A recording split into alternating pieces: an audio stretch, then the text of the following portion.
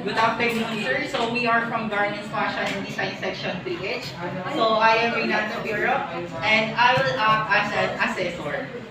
And I am a Francis Torres, and I will act as a videographer. I am Rizame Apolinario. I am act as the candidate number 1. Hi everyone, my name is Steven Justin Alvinius and I am your candidate number 2. Hi everyone, I'm Patricia Maribel Pascua. I'm national representative.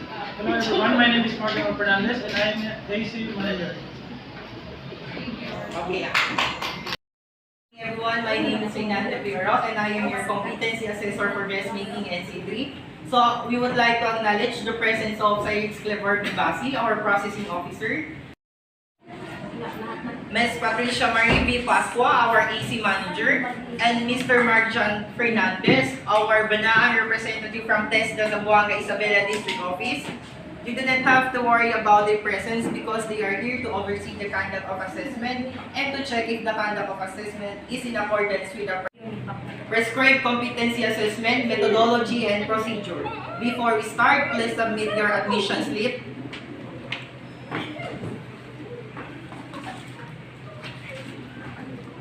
As I call your name, please acknowledge by raising your hand and sign the attendance sheet, and please provide a valid ID. Ms. Rizame Apolinario, Ms. Davon Justin Diaz, thank you. I have here with me your accomplished application forms and self-assessment guide.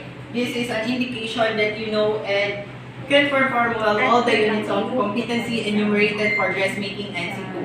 I would like to welcome you all to our center for your assessment for dressmaking Ncii. May I ask you what would be your purpose for taking this assessment? Okay, thank you.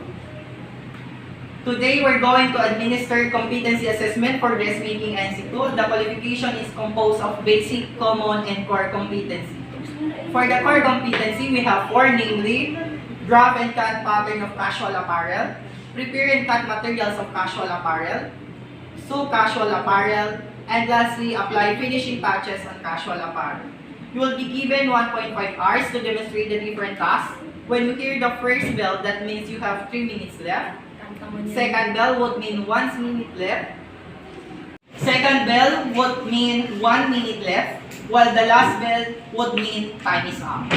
I will collect the evidences through demonstration and oral questioning. This assessment method can help to measure your underpinning knowledge and underpinning skills. For your personal needs, the laboratory is located at the ground floor of this building, and you can also take your meal at our canteen. It is located near the entrance gate. However, during the assessment, you are not allowed to leave the premises of the assessment center.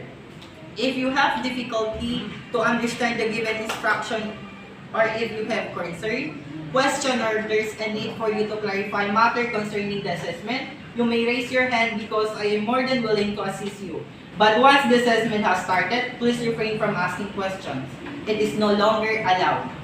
But once the assessment has started, if you have physical or any form of difficulties, do not hesitate to call my attention so that it can be addressed immediately. In case you have any questions regarding the assessment result, you have the right to appeal. You can submit your appeal to the TESDA District Office or the for the issuance of the national certificate. You can claim it at the TESDA District Office. In case you have any questions regarding the assessment result, you have the right to appeal. You can submit your appeal to the TESDA District Office or the Assessment Center, and we, the assessor, are accredited. For the issuance of the national certificate, you can claim it at the TESDA District Office within 3 working days after the assessment. After the assessment and you are found to be not yet competent, don't worry about it because you can be reassessed anytime at your own convenience. But if you fail in 2 consecutive assessments, you will be advised to undergo a refresher course before applying for reassessment. During the actual assessment, please observe safety as you perform the different tasks. In case of accident, please call my attention immediately so that we can provide you a first aid. The first aid cabinet is located on the left corner of the assessment area. With regards to the result of your assessment, we observe strict confidentiality. This is to ensure your integrity. The result is only made available to authorized personnel and to the institution where you had your actual training. In relation to this, the assessment package is kept in a secure place to guarantee the integrity of the assessment package. In lieu of, may I ask all the candidates to refrain from giving away any form of information that took place during the assessment process. Do you have any questions or clarifications? None so far, sir. Okay, so if you do not have question or clarification, then I'm going to distribute the specific instruction. Please read it carefully and do not hesitate to ask questions right now. We may be able to translate it from English to your local dialect.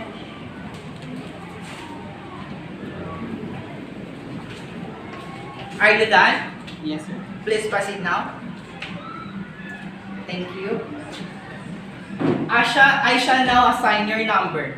Ms. Riza May Apolinario, you will be candidate number 1, and Ms. Devon Justin Diaz will be candidate number 2.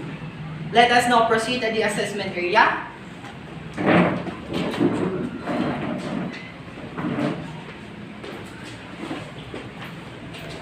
This is your assessment area. As you can see, we have here the different tools and equipment which you are going to use in your assessment.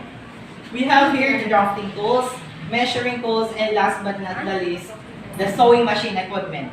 Please observe safety at all times. Also because it's pandemic, observe the COVID-19 health protocols. Do you have any questions? None so far, sir. Okay, so if there are no more questions, you may now start.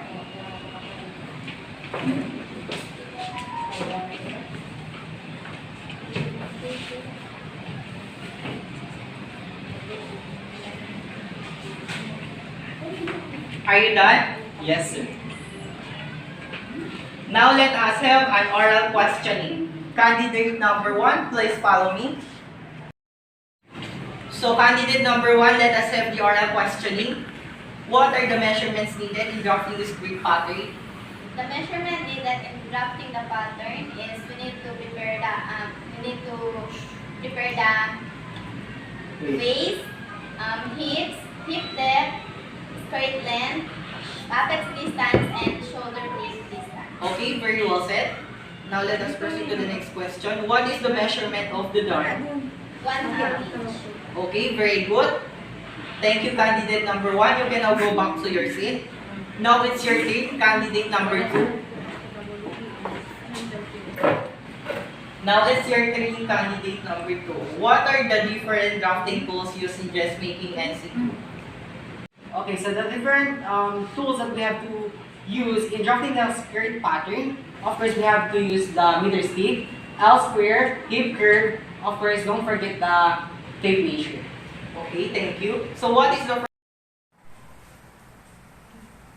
first thing you need to consider or to prepare before drafting this skirt pattern? Okay, so we have two things that we have, there's two things that we have to consider in drafting skirt pattern. Of course, the event, and then the second is the customer's measurement or size. Okay, thank you. You may now go back to your seat.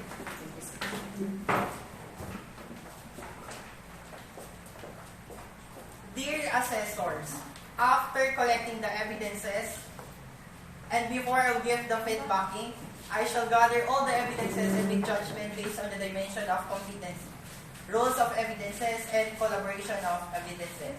Now let us have the feedback. So candidate number 1, how are you? I'm fine, sir. So we are now the last phase of the assessment. Would you like to drink some water? No thanks. Okay. Alright, how was the assessment? It was fine.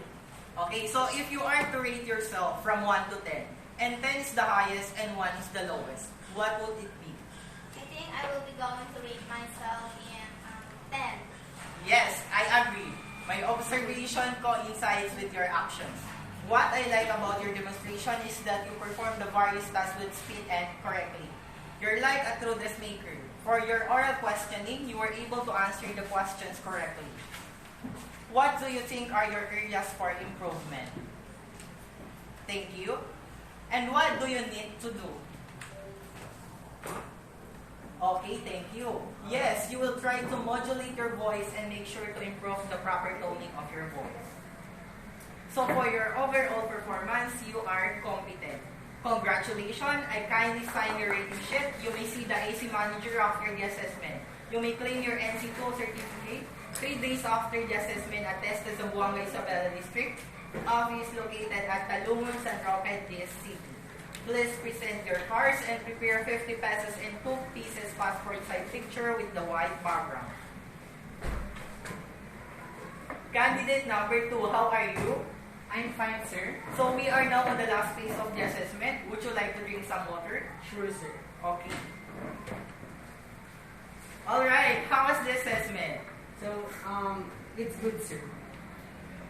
So if you are to rate yourself from 1 to 10, and 10 is the highest and 1 is the lowest, what would it be?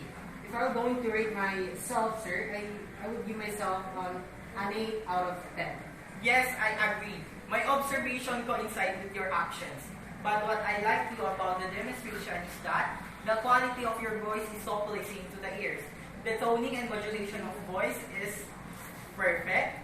For your demonstration, you were able to drop the script pattern, but there are measurements which you forgot to include, such as the dart measurement. For your oral questioning, you were able to answer some of the questions correctly. What do you think are your areas for improvement? Thank you. And what do you need to do? Okay, thank you.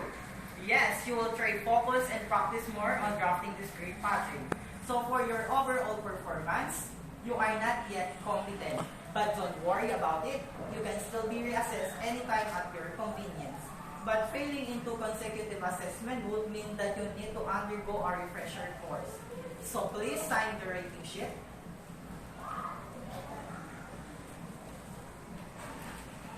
Thank you. Just see the AC manager later for your reapplication of your assessment. Still, congratulations. Dear assessors, I will have to accomplish all the needed reports and turn over the assessment package to the AC manager. That's for the recording and reporting of the assessment result.